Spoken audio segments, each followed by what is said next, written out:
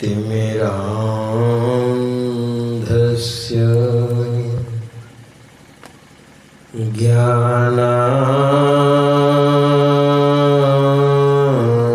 ज्ञानाञ्जन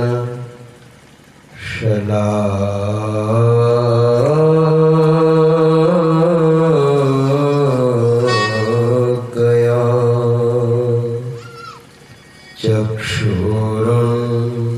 चक्षुरुन्मिलितं येन तस्मै श्रीगुरुवे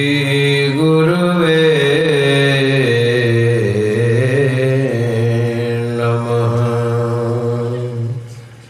तस्मै श्रीगुरुवे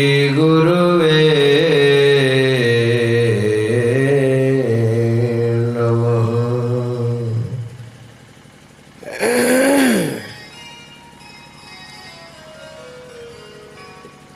परम आदरणीय स्वामी अमृतानंद जी महाराज मंचस्थ पूज्य साधुचरण विद्वज्जन सज्जन वृंद आदरणीय माताओं तथा भक्तिमती बहनों, प्रेम से और जोर से सद्गुरु महाराज जी की जय जयकार करें। श्री सद्गुरु महाराज की जय। अभी तो ठंड प्रवेश कर रही है। एक दिन मैंने 1 या 2 दिन पतली चादर ओढ़ी थी मैंने, बाकी तो ऐसे ही मैं सोता हूँ। अभी मैं गया था गया साइड में, तो कम्बल मेरा यूं ही पड़ा रहता था। अभी ठंड प्रवेश कर रही है, इसलिए घबराने की बात नहीं है। जरा प्रेम से और जोर से कहिए, श्री सद्गुरु महाराज की।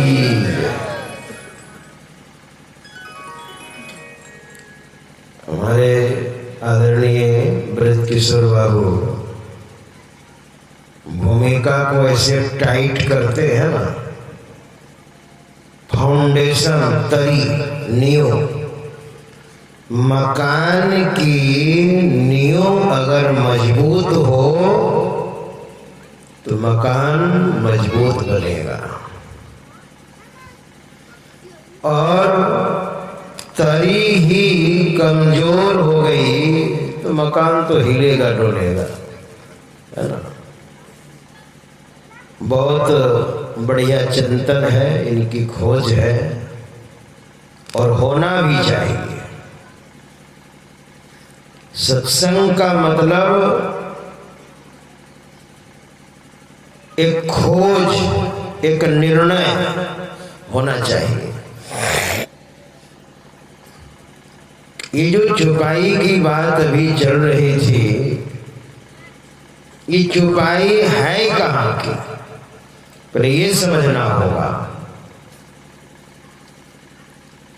ढोल, गंवार, शूद्र, पशु, नारी, ये सब ताड़ना के अधिकारी या सकल ताड़ना के अधिकारी। इस प्रसंग को देखना पड़ेगा। जैसे माहौल होता है,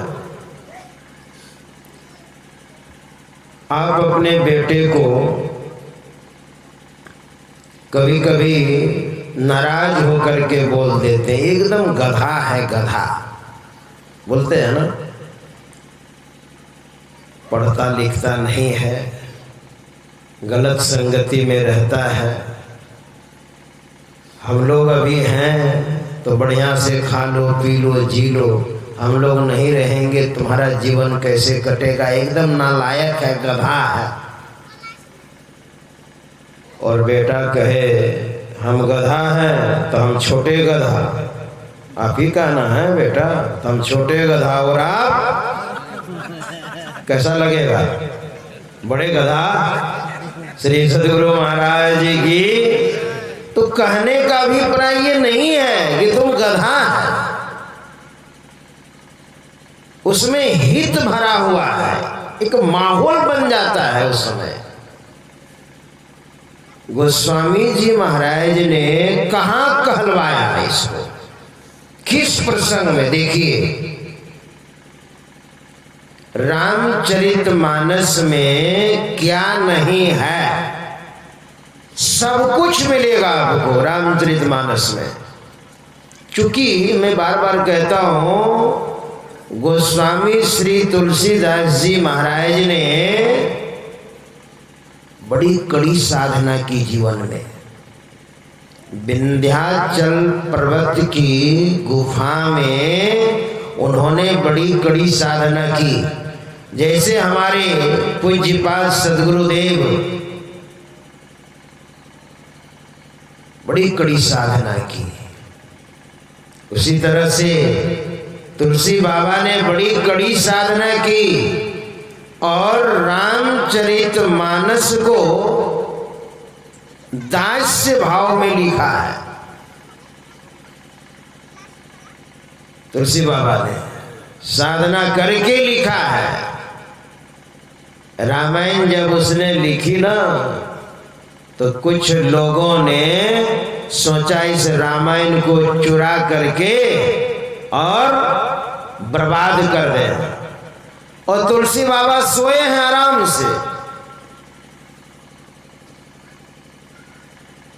और भगवान श्री राम और महाराज लक्ष्मण दोनों तीर धनुष लेकर के पहरा कर रहे हैं। जब आया ना चोर, जो दुष्टों ने कहा था जाओ इनाम देंगे, तो दोनों तीर धनुष लेकर के पहरा कर रहे हैं, आओ इधर आओ।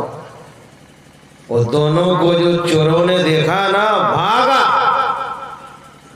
और दीन में आया तुलसी बाबा के पास कि महाराज आपके जो रक्षक हैं बड़े तगड़े हैं।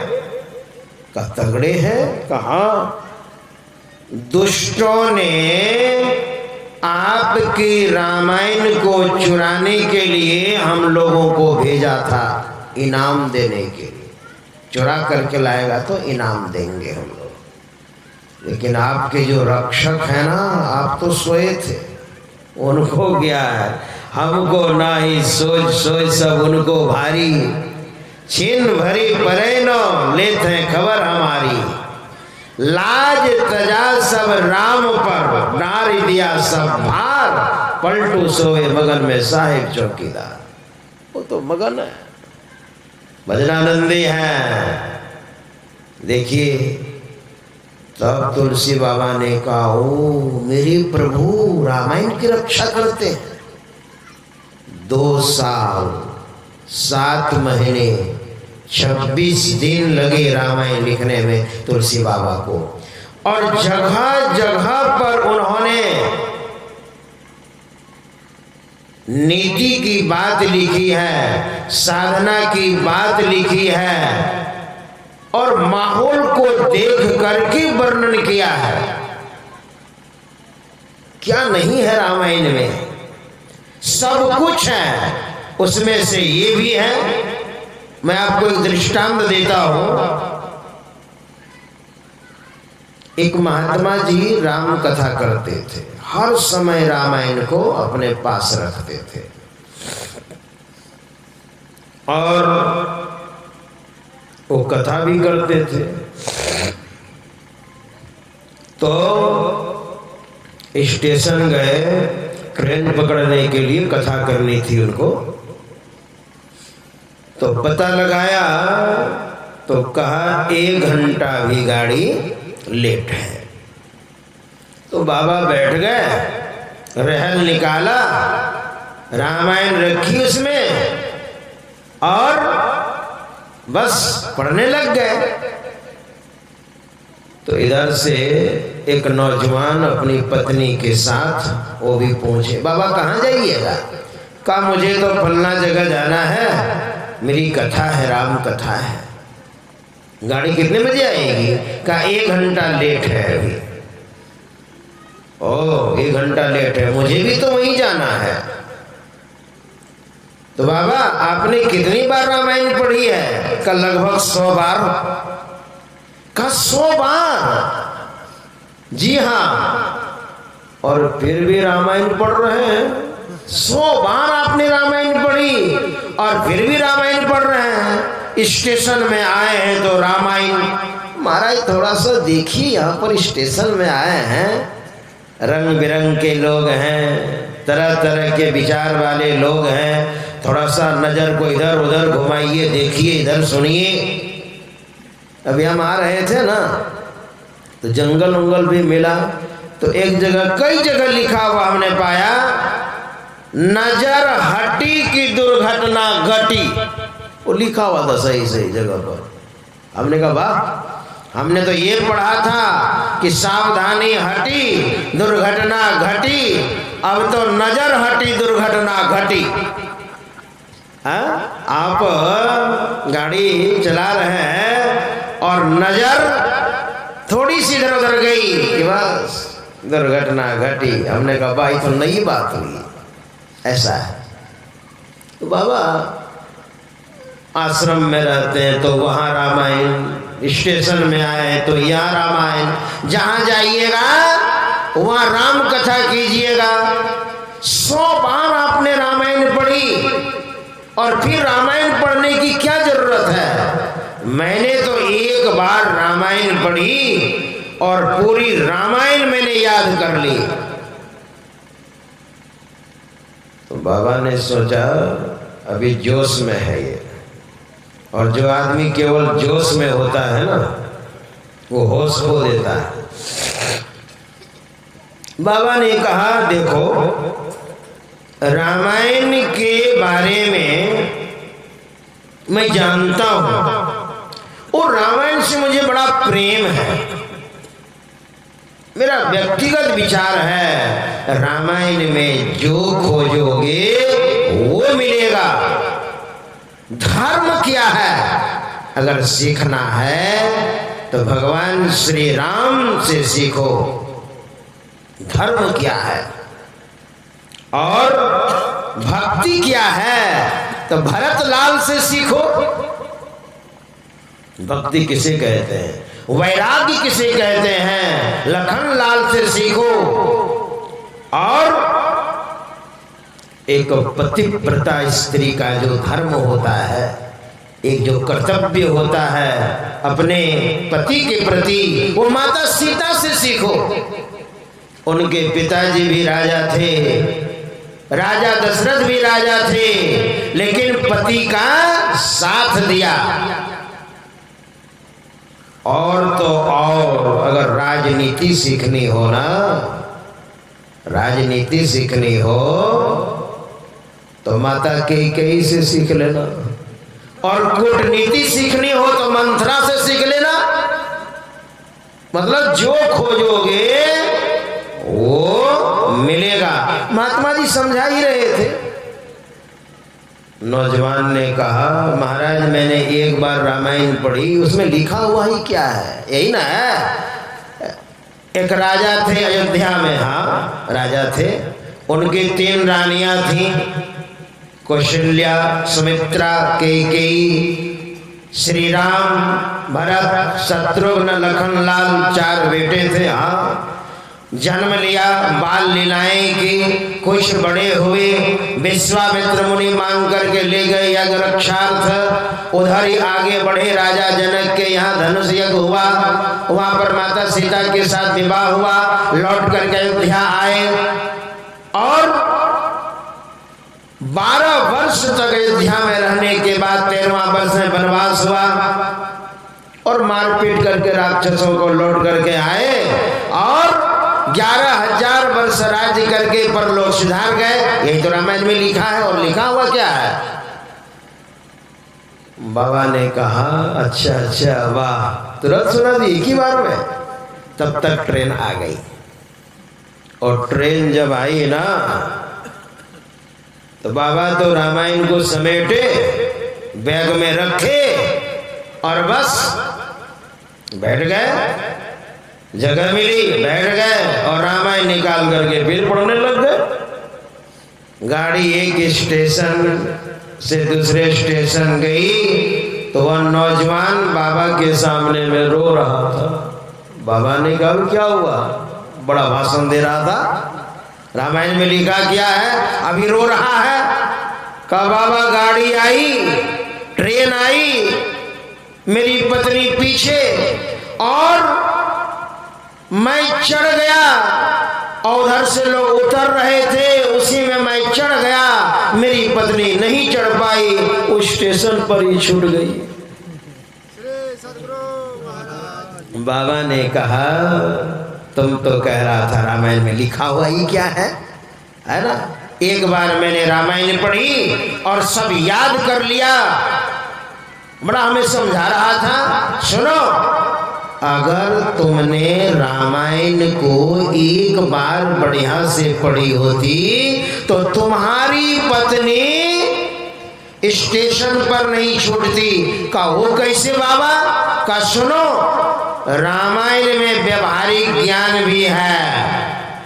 भगवान श्री राम केवट की नाव पर जब बैठे थे तो पहले बैठ गए थे कि पहले माता सीता को बैठाए थे? पढ़ो वहां पर, राम सखा तब नाव मंगाई, राम सखा तब नाव मंगाई, प्रिया चढ़ाय चढ़े रघुराई, प्रिया चढ़ाय चढ़े रघुराई।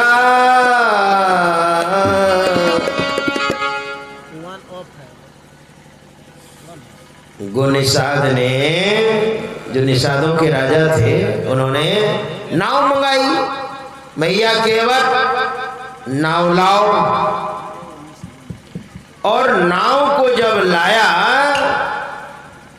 तो वहां पर प्रिया चढ़ाए चढ़े रघुराई। भगवान श्री राम ने माता सीता को पहले चढ़ा करके तब स्वयं चढ़े, और तुम तो ऐसा नालायक है, पहले चढ़ गया और पत्नी को छोड़ दिया, इसलिए छूट गई। ये व्यवहारिक ज्ञान रामायण में है ना, व्यवहारिक ज्ञान।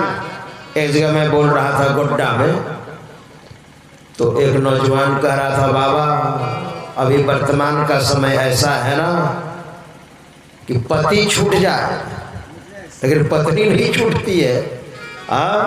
वो तो हमसे भी ज्यादा मजबूत है। ये अपवाद में है, ये व्यवहारिक ज्ञान है, ये है ना। तो रामायण में सब कुछ है। और ये जो चुपाई है, ढोल गवार शूद्र पशु नारी सकल ताड़ना के अधिकारी, ये प्रसंग है। भगवान श्री राम समुद्र किनारे कैंप लगाए हुए हैं, जाना है लंका, और समुद्र से कहा जा रहा है, विनती कर रहे हैं रास्ता दीजिए ना, जाना है उस पार। लखनलाल ने कहा प्रभु ये आपकी विनती सुनने वाला नहीं है, ये विनती नहीं सुनेगा, उठाइए धनुष और सौख डालिए समुद्र को। तो भगवान ने कहा लखनलाल जो बलवान होते हैं ना, जो सामर्थ्यवान होते हैं, जो बलवान होते हैं, पूरी ताकत रहने के बाद भी वो पहले नीति के तहत चलते हैं, है ना। इसलिए नीति कहती है किसी से मांगना हो तो प्रेम से मांगना चाहिए, है ना। अब किसी से जबरदस्ती थोड़ी मांग लीजिएगा, प्रेम से तो मैं मांग रहा हूं, हमें रास्ता दीजिए। और वही 3 दिन हो गए, समुद्र चुपचाप बैठा हुआ है, कुछ विनती नहीं सुनी उसने। तब भगवान ने कहा, लखनलाल लाओ तो धनुष बाण लाओ, अभी मैं शौक डालता हूं, क्या समझ लिया है? भगवान ने कभी कभी अपना रोष दिखाया है। खरदूषण के पास 14,000 सेना थी, है ना, और शूर्पणखा के नाक और कान लखनलाल के द्वारा भगवान ने जो कटवाया, तो वही शूर्पणखा दौड़ करके गई पहले खरदूषण के पास, और खरदूषण जब चला 14,000 सेना लेकर के, तो लखनलाल को भगवान ने कहा, तुम ऐसा करो, सीता को उस गुफा में ले जाओ, डरेगी। और उसी समय खरदूषण आकर के कहता है, पहले अपनी भार्या को हमें दे दो, तुम लोगों को हम कुछ नहीं कहेंगे, दे दो। तो भगवान ने कहा, सुनो, तुम दुष्टों के लिए एक बार मैं तो काल से भी लड़ सकता हूं। और उठाया धनुष और बस ऐसी युक्ति से बाण चलाया, क्या कहना, एक दूसरे को राम देखने लग गए, है ना, और अपने में लड़ करके सब मर गए 14,000 सेना। देहु नारी, तो भगवान ने कहा, एक बार कालहु सन लड़े, एक बार मैं काल से भी, कभी कभी दिखाना पड़ता है माहौल के हिसाब से।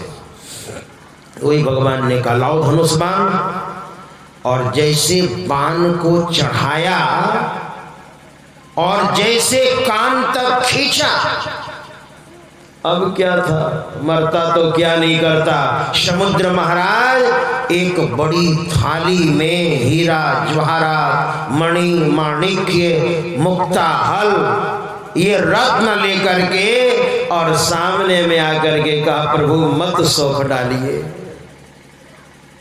हम मूर्ख हैं ना, है ना, मत सोचिए, मेरे अंदर रहने वाले बहुत सारे जीव हैं, सब मर जाएंगे प्रभु।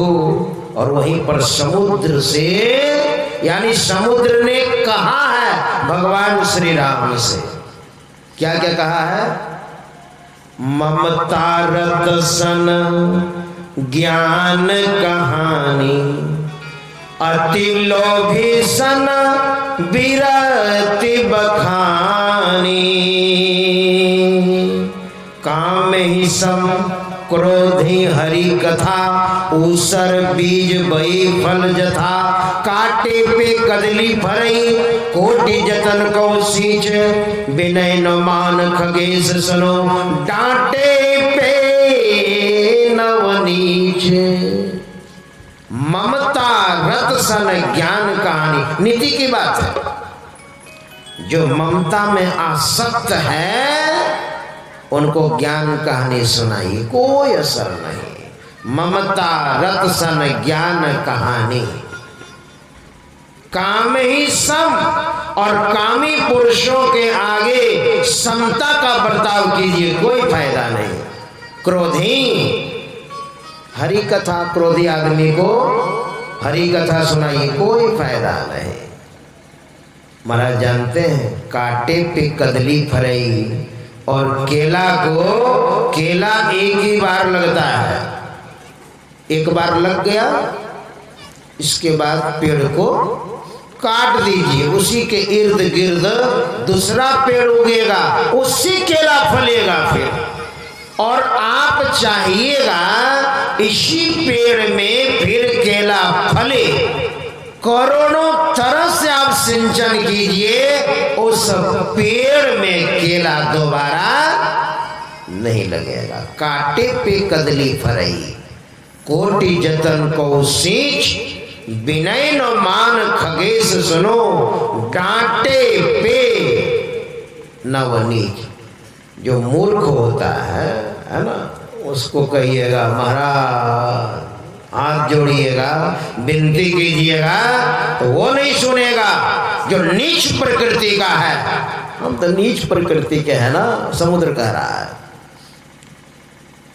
हमको डांटे, देखिए सामने में आ गए और विनती आपने की तो मैं माना, मैं नीच प्रकृति का हूं महाराज। ढोल गंवार वही कह दिया उसी समय, उदाहरण दे करके। समुद्र कह रहा है ढोल। अब देखिए अर्थ तो बहुत हो सकता है, नहीं तो सीधा सीधा है। ढोल ढोलक, इसको बजाने से बजता है, जैसे तैसे बजाइएगा। एक विद्वान कह रहे थे, जंत्री ना थाकीते गेले जंत्र के मन को नहीं बाजे। अगर बजाने वाला नहीं हो कलात्मक ढंग से, पैर को तो खूब बजा लीजिएगा और नाल देगा तो कहा जंत्री ना थाकीते गेले जंत्र के मन को रे बाजे। वहां साफ शब्दों में है ढोल, उसको कलात्मक ढंग से बजाना, यानी बजाइएगा तभी बजेगा वो। गंवार, गंवार का मतलब जो बुद्धिहीन है, और शूद्र कई बार है, ढोल गंवार शूद्र पशु 4 बार है, और तब एक बार नारी है ना, 9 अरी नारी। अभी हम लोग व्याख्या सुन रहे थे ना हमारे आदरणीय ब्रज किशोर बाबू से, 9 अरी नारी संधि विच्छेद। अरी मतलब शत्रु, जिसके कोई शत्रु ही नहीं है, 9 अरी नारी। अब देखिए भागलपुर स्टेशन में पति और पत्नी दोनों, पत्नी कह रही थी कि अभी इंटरसिटी आ रही है ना, इसी में बैठ करके चलेंगे तिरुपति। तो पति ने कहा ज्यादा भाड़ा लगेगा, लोकल में चलेंगे कम भाड़ा लगेगा। कहा लोकल में चलेंगे तो कम भाड़ा लगेगा, समय कितना लगेगा, और जल्दी चले जाएंगे घर, बहुत सारा काम धंधा करेंगे। बस दोनों में बात चलने लग गई, तो पत्नी बात नहीं मानी। तो पति ने कहा ठीक ही तुलसी बाबा ने लिखा है। क्या लिखा है? ढोल गंवार शूद्र पशु नारी सकल ताड़ना के अधिकारी। तो पत्नी ने कहा तुलसी बाबा ने तो बिल्कुल ठीक लिखा है, कौन का गलत लिखा है? अरे पुरुष को 4 बार कहा, स्त्री को 1 ही बार कहा। ढोल गंवार शूद्र पशु 4 बार पुरुष और 1 बार नारी है, तो आप ही लोगों के बारे में तो ज्यादा कहा है, सब ताड़ना के अधिकारी। हम लोगों के बारे में तो 1 ही बार कहा है। बेचारा पुरुष चुप। ये बात है, अगर ऐसे अर्थ लगाइएगा तो, है ना। देखिए इसमें ढोल है, गंवार है, शूद्र है, पशु है। हम पशु को लेते हैं और गंवार को लेते हैं। ढोलक का मतलब इसको बजाने से बजेगा, बढ़िया से कलात्मक ढंग से सिखाना पड़ता है, कोई सीख करके ही बजा सकता है। और पशु मतलब पशु को न तो अपना ज्ञान है, उसको इतना भी ज्ञान नहीं है कि खूंटा में जो हम बंधे हैं ना, कि छोड़ करके या निकल करके भाग जाए। मालिक क्या बार बार देखता है क्या? जो शराब पीता है ना वो पशुवत हो जाता है, देखिएगा। क्यों? अपने से दूर कर देती है शराब, वही है पशु। ज्ञान ही नहीं है अपना, बैठे हैं, कोई ज्ञान ही नहीं रहता उसको। और शूद्र, शूद्र का मतलब जाति से नहीं है ना। अगर शूद्र जाति से होता, अच्छा इसका ये भगवान श्री कृष्ण ने गीता में जो कहा है, चातुर्वर्ण्यम मया सृष्टम गुण कर्म विभागस्य तस्य कर्तारमपि माम विद्धि कर्तारमव्ययम्। 4 वर्णों को मैंने बनाया है, भगवान कह रहे हैं। चातुर्वर्ण्यम मया सृष्टम, मैंने सृष्टि, ये व्यवस्था मैंने की है। कब किया भगवान ने? भगवान श्री कृष्ण ने कब किया? अगर हम प्रश्न करते हैं तो कब किया? भगवान श्री कृष्ण द्वापर में हुए और भगवान श्री राम के समय में एक शूद्र ने तपस्या की थी, गलत है वो, शंभु है ना, और उसको कत्ल कर दिया गया था। शूद्र ने तपस्या की और एक ब्राह्मण का बेटा मर गया, इसलिए भगवान श्री राम के पास आए और कहा आपके राज्य में अन्याय हो रहा है महाराज। और भगवान श्री राम गए और शंभु को कत्ल किया है। निम्न वर्ण के थे और भगवान श्री कृष्ण कह रहे हैं कि चातुर्वर्ण्यम मया सृष्टम, ये तो द्वापर में हुए और ये त्रेता में उसके पहले से चल रहा था। कब बनाया भगवान ने? क्या इसका अर्थ कीजिएगा आप? श्रीमद् भागवत को आप देखिए, पुरुषस्य मुखम ब्रह्मा,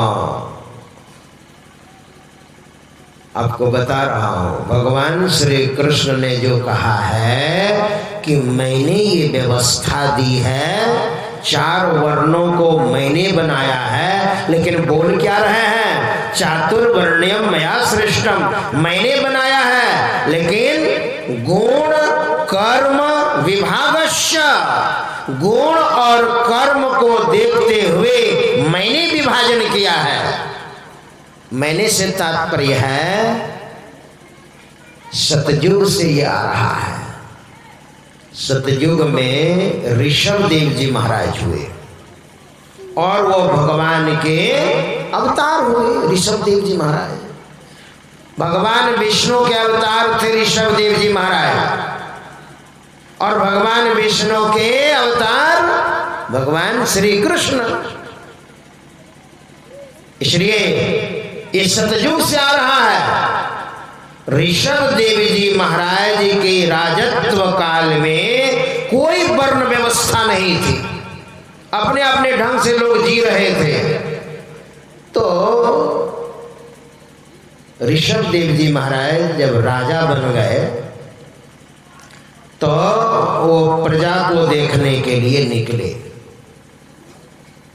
ऋषभ देव जी महाराज, देखिए एक बात और बता देना चाहता हूं, ऋषभ देव जी महाराज जैनों के यानी जैन संप्रदाय के संस्थापक भी हुए। ऋषभ देव जी महाराज वह प्रथम थे तीर्थंकर, और 24वें तीर्थंकर हुए भगवान महावीर। प्रथम थे ऋषभ देव जी महाराज और सतयुग से आ रहा है। तो एक दिन अपने मंत्री को लेकर के अपने यहाँ कि हमारे राज्य में लोग कैसे जी रहे हैं वही देखने के लिए निकले। तो ऋषभ देव जी महाराज ने देखा जिनका जीवन सादा था, सादा जीवन, उच्च विचार, जो विशुद्ध थे, शाकाहारी थे, भजन ध्यान कर रहे थे,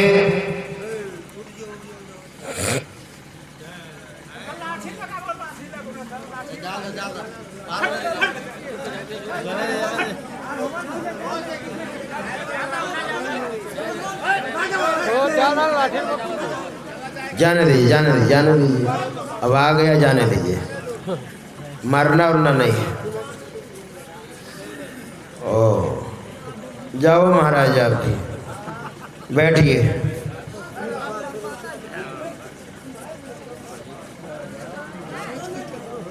श्री सदगुरु, थोड़ी सी आवाज को इसको बढ़ाइए तो ऑपरेटर साहब, मेरी माइक की आवाज थोड़ी सी बढ़ाइए। बैठ जाइए सब कोई, प्रेम से और जोर से कहिए श्री सदगुरु। तो मैं कह रहा था ऋषभ देव जी महाराज ने देखा कि मेरी प्रजा में जिनका जीवन सादा था, उच्च विचार मस्तिष्क और हृदय में जीते थे, भजन ध्यान करते थे और विचार अच्छा, सात्विक व्यक्ति, तो ऋषभ देव जी महाराज ने कहा ये ब्राह्मण है, ये ब्राह्मण है। देखिए, और आज के समय में भी ब्राह्मण का मतलब ब्राह्मण कुल में जन्म ले लिया तो ब्राह्मण नहीं हो सकता है। हमारे भारत में 3 करोड़ ब्राह्मण हैं। मैं तो कभी कभी कहता हूँ केवल ब्राह्मण अगर वैष्णव हो जाए तो हमारा भारत गुरु का देश था, है और रहेगा। केवल ब्राह्मण वैष्णव हो जाए तो सबसे अधिक तो वही खाते हैं। मछली को तो पीस भी नहीं बनाते हैं, बड़ी बटलोही में सीधे तेल में डाल देते हैं, और बारात जाएगी तो बिना मीट मछली खाए वो बारात जाएगी नहीं। मैं कहता हूं 3 करोड़ ब्राह्मण है जनगणना के हिसाब से। अगर ये केवल वैष्णव हो जाए हमारा देश सुधर जाएगा। ऋषभ देव जी महाराज ने जो व्यवस्था की थी, ये ब्राह्मण है, नहीं तो जन्मना जायते शूद्र, जन्म लेते सब शूद्र है। जन्मना जायते शूद्र संस्कारात् द्विज उच्यते, संस्कार किया जाता है तब द्विज कहलाता है। केवल जन्म लेने से नहीं होगा। हाँ, आप ब्राह्मण कुल में जन्म लिए हैं, है ना, ब्राह्मण कुल में जन्म लिए हैं। आपके पिताजी डॉक्टर हैं, आप कहिएगा मेरे पिताजी डॉक्टर हैं, मेरे पिताजी डॉक्टर हैं, तो आप डॉक्टर नहीं हो गए हैं। आपको पढ़ाई करनी पड़ेगी जितनी पढ़ाई आपके पिताजी ने की है। हाँ, डॉक्टर का बेटा आप हैं, लेकिन आप डॉक्टर नहीं हैं। ब्राह्मण कुल में आपने जन्म लिया है, लेकिन आप ब्राह्मण नहीं हैं। जन्मना जायते शूद्र, सब शूद्र होता है जन्म लेते। अब आप कहिएगा महाराज शूद्र किसको कहते हैं, है ना? ढोल गंवार शूद्र 3 नंबर में है ना, ढोल गंवार शूद्र ये 3 नंबर में है। और कहां की बात है उसको आप समझिए। अच्छा, एक बात बताइए, भागवत में वर्णन है एक जगह कि पुरुषस्य मुखम ब्रह्म, ये जो मस्तिष्क है ना ये ब्राह्मण है। पुरुषस्य मुखम ब्रह्म क्षत्रमेतस्य बाहवा, और ये जो भुजाएं हैं ना ये क्षत्रिय है। और वो पदभ्याम शूद्रभ्य जायतः, ये कमर जो है ये वैश्य है, और पैर जो है ये शूद्र है। आपके शरीर में 4 वर्ण है, ये मस्तिष्क यही ब्राह्मण है। ज्ञान होता है मस्तिष्क से। एक भक्त सो गए, देखिए कैसे सुनेंगे वो। श्री सद्गुरु महाराज जी की, ठीक से बैठिए ना, हमको दिखाई पड़ता है कौन सो रहे हैं कौन जगह है, नहीं तो मैं बोलता हूं ना। वो एक आदमी इसी तरह से हमारे सामने में सो रहा था, तो हमने कहा सो रहे हैं क्या, तो कहता है ना, कोई बोलेगा हाँ, देखिएगा और कैसे बोलेगा। और सत्संग में अगर सोने लग जाए तो फिर हम सुना रहे हैं, फिर धीरे धीरे धीरे हमने कहा श्रीमान जी सो रहे हैं क्या, कहता है ना, जग जाए। हमने कहा रुकिए दूसरी बात बोलूंगा इस बार। फिर प्रवचन कर रहे हैं, फिर सोने लग गया। तो मैंने कहा श्रीमान जी जिंदा है क्या, तो कहता है ना। फिर सोचा जा, मुंह से तो निकल गया था ना, अरे जिंदा जब नहीं है तो बोला कैसे फिर। तब बिल्कुल सतर्क हो गया। श्री सदगुरु महाराज की निकल जाएगा ऊपर ऊपर। आसन में बैठिए ठीक से, कमर को सीधी करके मेरुदंड पर आसन मारो, सन्मुख आगे प्रेम दृढ़ाओ, तब देखो गुलजारा है। मेरुदंड सीधा नहीं रहेगा ना तो कमर का दर्द कभी खत्म नहीं होगा। बड़ा लाभ है। मैं गया था हरियाणा, पवित्रानंद बाबा हमको बुलाए थे, बेचारे चले गए बहुत कम समय में। तो वहाँ जो प्रवचन जो सुन रही थी माताएं, यहाँ तक घूंघट टान करके है। तो हमको लगा ये भीतर में सो रही है कि जग रही, कैसे पता चलेगा भाई। हम मन में सोचे तो कभी कभी हास्य प्रसंग को मैं बोलता था तो लोग भी हंसती थी, हमको लगा हाँ जगे है। ऐसा है, सावधानी पूर्वक सुनिए क्या मैं बोल रहा था। जन्मना जायते शूद्र, जन्म लेते सब शूद्र होता है। क्यों जन्म लेते सब शूद्र? और तब संस्कार किया जाता है। संस्कारात् द्विज उच्यते।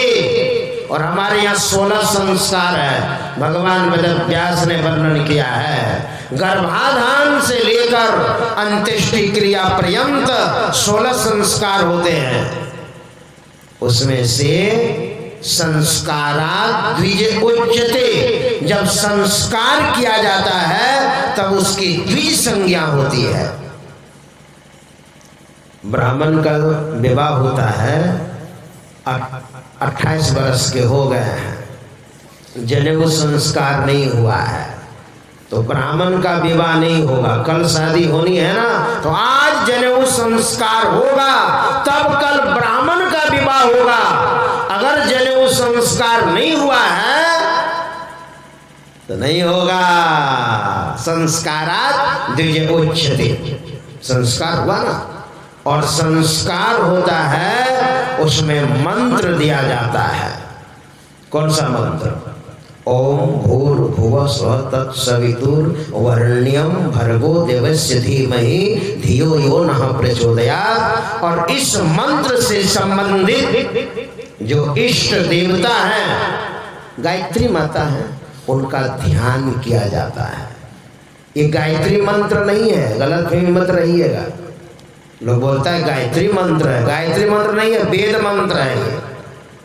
और ऋग्वेद में, चारों वेदों में यह मंत्र है। संस्कार जब किया जाता है तो ये मंत्र दिया जाता है ना। चारों वेदों में ये मंत्र है। और इसके बाद ध्यान किया जाता है। जो ध्यान करेंगे, संस्कार वाला ध्यान करेंगे, और ध्यान करेंगे तब उनके अंदर क्षुद्रता नहीं रहेगी। इसलिए संस्कार किया जाता है, वो ध्यान करेंगे। इसलिए संस्कारात् द्विज उच्यते ऐसा कहा है। ये तो जन्मना जायते शूद्र, जन्म लेते सब शूद्र होता है, कोई संस्कार नहीं। अच्छा, पैर को शूद्र, कमर को वैश्य, भुजाओं को क्षत्रिय और सिर को ब्राह्मण। सबसे अधिक सम्मान किसका होता है? आपके घर में मेहमान आते हैं, हम लोग साधु महात्मा आते हैं तो क्या सिर को धोते हैं आप? चरण धोते हैं ना। तो शूद्रोभ्यो पदभ्याम शूद्रोभिजायत, चरण पखारते हैं। चरण पखारी चरणामृत लिहबै, बोलते हैं ना, चरणामृत छिटबै घर हो अंगनावा। आज हमरो भाग जगलै सतगुरु अइलहो पहुनावा। आज हमरो भाग जगलै सतगुरु अइलहो पहुनावा।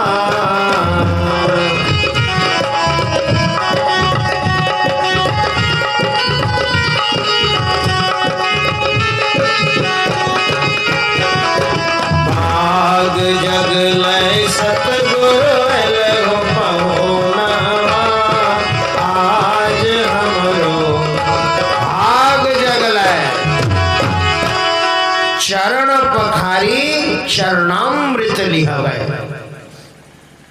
मैं पीरपैंती में कथा कर रहा था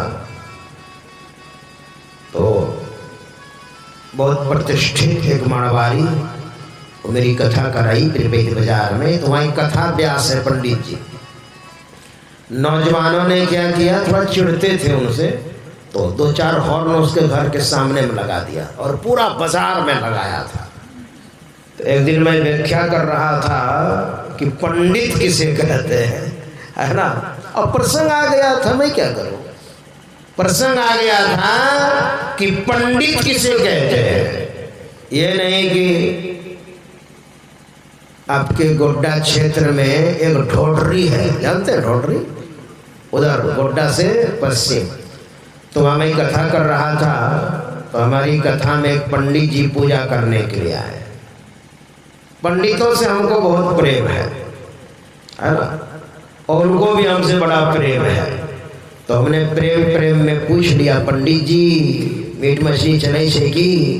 कहे हाँ बाबा चले छे, है ना। अब बोलते बोलते पूछ लिए, हमने कैसा पंडित है आप बताइए तो।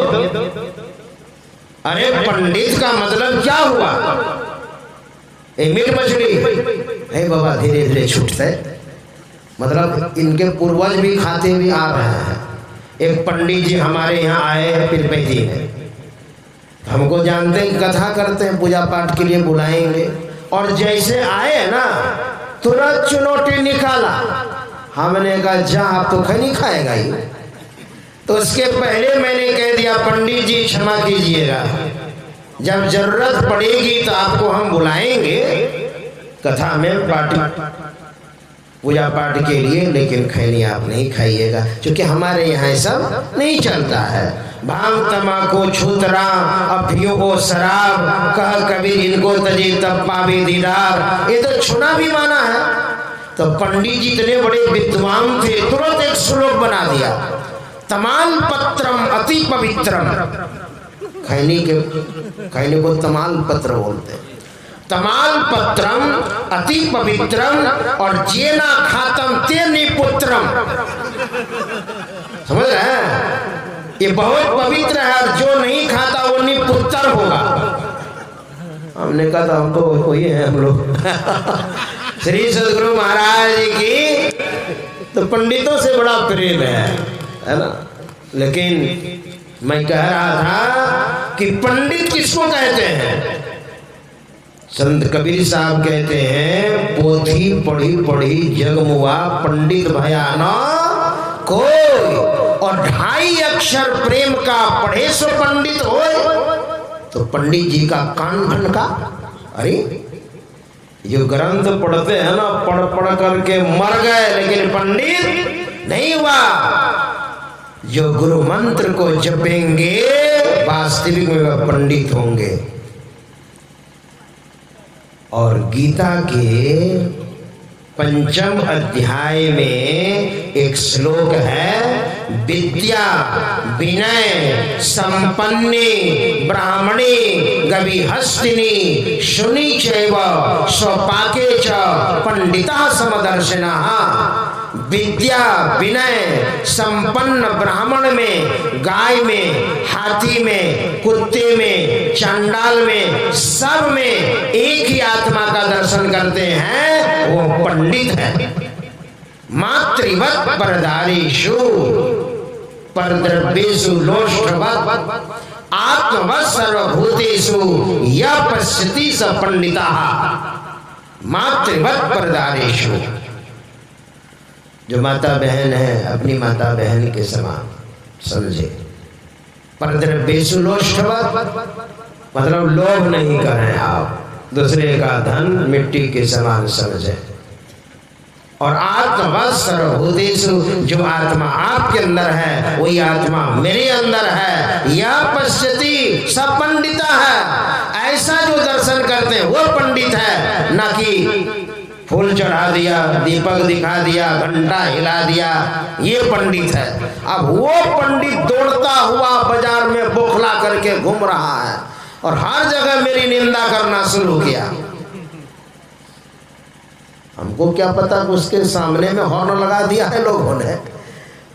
अब घूम घूम करके बोले, उसने सोचा मेरी रोजी रोटी गई, अब जो पट किया इसने सब। वही करते थे वो, जहां जाए मेरी निंदा करने के लिए। इनको भागवत करने नहीं आता, ये तो सत्संग करते हैं, सत्संग बाबा हैं ये, इनको भागवत कहां से आ गई करने के लिए। और जहां जाए ना वहीं मेरी चर्चा हो, पहले से ही मेरी प्रशंसा, वो लौट करके आ जाए। बेचारा तंग तंग हो गया हो, मैं क्या करूं। तो पंडित का मतलब होता है संत। वही ना देखेंगे अपनी आत्मा को आपके अंदर।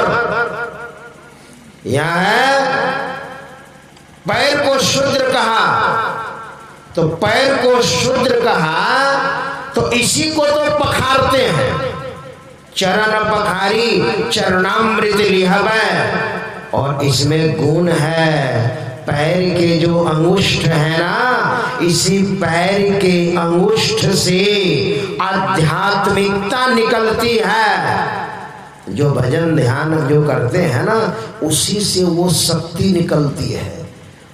और जो भक्त होते हैं कम भजन ध्यान करने वाले, और वो श्रद्धावश जब चरण को पखारते हैं तो उनको एक संबल मिल जाता है, एक पूंजी मिल जाती है, आध्यात्मिक शक्ति। इसलिए बहुत सारे ऐसे महात्मा हैं पैर छूने नहीं देंगे आपको कि आप ले लीजिएगा, छुइएगा। तो ये कारण है। लेकिन हमारे पूज्यपाद बाबा साहिब स्वामी जी महाराज, वो तो बैठ जाते थे कुर्सी लगा करके, ले लो जितना लेना है ना। ऐसे उदार महापुरुष कहाँ मिलेंगे आपको। नहीं देना चाहते हैं, मतलब नहीं दें हम आपको। बाबा कहते थे ले लो जितना लेना है ना। तो ये चरण, अच्छा, सिर को ब्राह्मण कहा, और 4 वर्णों में ब्राह्मण श्रेष्ठ है, क्योंकि ऋषभ देव जी महाराज ने विभाजन किया है। सबसे श्रेष्ठ ब्राह्मण है और मस्तिष्क है। तो क्या किन्हीं के मस्तिष्क को आपके यहाँ साधु महात्मा आते हैं और नाद में डुबाने के लिए कहिएगा, क्योंकि ये श्रेष्ठ है, महाराज डुबाओ नाद में। दोबारा कभी नहीं आएंगे फिर आपके घर में। ऐसा कीजिएगा तो करे आएंगे। जब श्रेष्ठ ऋषि को डुबाइए ना, पैर को क्यों? नहीं नहीं, मस्तिष्क में नहीं है, वो चरण में ये गुण है, इसलिए चरण छुआ जाता है, प्रणाम किया जाता है चरण में। ऐसा कहीं देखा है? सिर को छू के प्रणाम कर रहे हैं ऐसे ऐसे ऐसे, कहीं पर? हाँ, एक जगह ऐसा मैंने देखा। एक मारवाड़ी समाज में गया था, तो उसके घर में सब मेरा हाथ छुए प्रणाम करे, कोई सिर छुए प्रणाम करे। हमने कहा कौन सा स्टाइल है भाई प्रणाम करने की? फिर पेटी की बात बता रहा हूं। तो एक नौजवान ने कहा प्रणाम बाबा, और मुड़ करके देखे सीधे जा रहा है वो। हमने कहा कौन प्रणाम करने स्टाइल है? ऐसा नहीं है, दंडवत प्रणाम झुक करके किया जाता है। और चरण में ये गुण है। आपके घर में जो कुत्ता है ना, बिल्ली है ना, उनको ये ज्ञान है। आपके चरण को सूंघेगा कुत्ता, बिल्ली सूंघेगी, वो लेना चाहता है। कौन सा कर्म किया था कुत्ता बिल्ली हम बने हैं, इसलिए सूंघ रहे हैं कि थोड़ा सा मिल जाए, उद्धार हो जाएगा। ये चरण में गुण है। चरण का मतलब शूद्र नहीं है ना, मैंने कहा ना। तो ऋषभ देव जी महाराज ने कहा जिनका जीवन सादा है, विचार उच्च है, भजन ध्यान करते हैं। अरे भाई लिखो ये ब्राह्मण है, और जो दूसरे का हेल्प करते थे, देखिएगा 1-2 आदमी और सहायता करते हैं, अपना घर का काम छोड़ करके और सहायता में लग जाते हैं। परोपकारार्थ कर्म, ये क्षत्रिय है भाई, ये क्षत्रिय है, इसका स्वभाव है, लिखो। और जो खेती बाड़ी में मस्त रहते थे, ये वैश्य है ये। और शूद्र का मतलब देखिए, शूद्र शब्द है ही नहीं, शूद्र शब्द नहीं है, शूद्र शब्द है। शूद्र शूद्र कैसे लिखते हैं हम? अक्षर कैसे बनता है? एक चौ वाला छ होता है, चौ छ, है ना, और एक होता है अक्षर। अक्षर कैसे कैसे बनता है? संयुक्ताक्षर है वो, मूर्धन्य श और आधा क, ये दोनों दीजिएगा तब बनेगा अक्षर। जैसे हम लोग आते हैं ना, लोग बहुत बार बोल देता है सब क्षेत्र अक्षर या परा परा, क्षेत्र नहीं है, सब क्षेत्र है। मूर्धन्य श का उच्चारण मूर्धा और क का उच्चारण कंठ है। अकुह विसर्जनियानाम कंठा रिटो शानाम मूर्धा, मतलब मूर्धन्य श का उच्चारण मूर्धा है और क का उच्चारण कंठ है, तो दोनों मिला के उच्चारण करेंगे तो कैसा हो जाएगा? सब क्षेत्र, क्षेत्र नहीं सब क्षेत्र। वो जिभ्या चली जाएगी मूर्धा में तब उच्चारण होगा। सब क्षेत्र अक्षर अपरा परा पर और अक्षर पार में। पूज्यपाद बाबा साई स्वामी जी महाराज ये सब चीज को पकड़ते थे, तब होगा उच्चारण। तो वही अक्षर है शूद्र। शूद्र दो में रेप और अक्षर में हर्ष का क्या हो गया? शुद्ध। अब कौन बोले उतना, सबको व्याकरण का ज्ञान नहीं है, तो क्या बोल दिया? शुद्र। तालव्य श दीर्घ उकार दो में रेप, ये शुद्र है। नहीं नहीं, शुद्र का अपभ्रंश शुद्र है। जैसे ज्यों आप लिखिएगा ना, ज्यों, तो आधा ज और चौ का पांचवा वर्ण य जब दीजिएगा तब ज्ञ होगा, और आकार नौ। ज्ञान, ज्ञान शब्द नहीं है, ज्ञान है, ज्ञान। आधा जो है, य आकार नौ, ज्ञान है। और भोजपुरी में क्या हो जाएगा अर्थ उसका? ज्ञान का बर्बाद, ज्ञान करतड़ा, यानी बर्बाद कर रहे हैं। लेकिन इतना ज्यादा प्रचार है, हमको ज्ञान बोलना पड़ता है, जान करके भी ज्ञान बोलना पड़ता है ना। वैसे ही शब्द है शूद्र, लेकिन उसी का अपभ्रंश हो गया शूद्र। और शूद्र का अर्थ होता है जिनके अंदर क्षुद्रता है, उदंडता है, कमबख्त है, नालायक है। क्या समाज में ऐसे लोग नहीं होते हैं? उनको धर्मशास्त्र से क्या मतलब? तो ऋषभ देव जी महाराज के समय में भी ऐसे लोग थे, उदंड प्रकृति के। न उनको सत्संग से मतलब है, न उनको शिष्टाचार से मतलब है, न बड़े छोटे का उनको ज्ञान रहता है। ऐसे व्यक्ति उस समय भी थे। तो ऋषभ देव जी महाराज ने कहा लिखो ये क्षुद्र है, और उसको बाद में लोगों ने छोटी जात में जोड़ दिया। नहीं नहीं नहीं, यहाँ बहुत अच्छा ब्रज किशोर बाबू ने कहा जात में, जात वहां है ही नहीं। हम कहते निम्न वर्ण में हमने जन्म लिया और हमारे अंदर ज्ञान है, क्षुद्रता है ही नहीं, उदंडता है ही नहीं। हम शिष्टाचारी हैं, सदाचारी हैं, भजन ध्यान करते हैं, तो क्या वो शूद्र हो गया? नहीं। तो ऋषभ देव जी महाराज ने ये वर्ण व्यवस्था को कायम किया। वही भगवान श्री कृष्ण कह रहे हैं कि चातुर्वर्ण्यम मया सृष्टम, मैंने बनाया। मैंने से तात्पर्य है, मैंने कह दिया था भगवान विष्णु के अवतार श्री कृष्ण और भगवान विष्णु के अवतार ऋषभ देव जी महाराज। इसलिए कहा दोनों एक ही है, इसलिए कहा मैंने बनाया है। तो जात से नहीं है। हम कहते हैं अगर जात से हो जाता है ना, तो ये संस्कार वाला शब्द ही नहीं होता। द्विज जन्मना जायते शूद्र। अच्छा, जन्म लेने के बाद शूद्र होता है, ये क्यों कहा?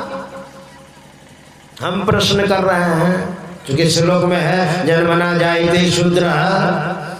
तो जन्म लेने के बाद बच्चा के अंदर कुछ ज्ञान रहता है? कुछ भी ज्ञान, कुछ भी नहीं।